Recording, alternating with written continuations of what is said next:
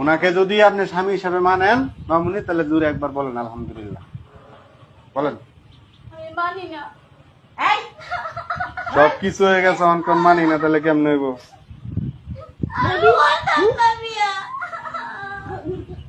মারেন না, আর মারেন না। মেয়ের একে তো জোর করে বিয়ে দিতেছেন, বুড়া বুড়ার লগে আবার মারতেছেন। মারেন না মামুনি।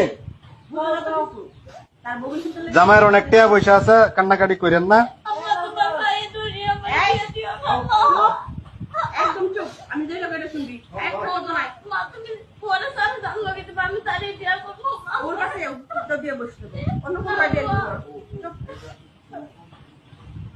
বলেন বলেন বলেন বলেন আলহামদুলিল্লাহ বলেন বলেন।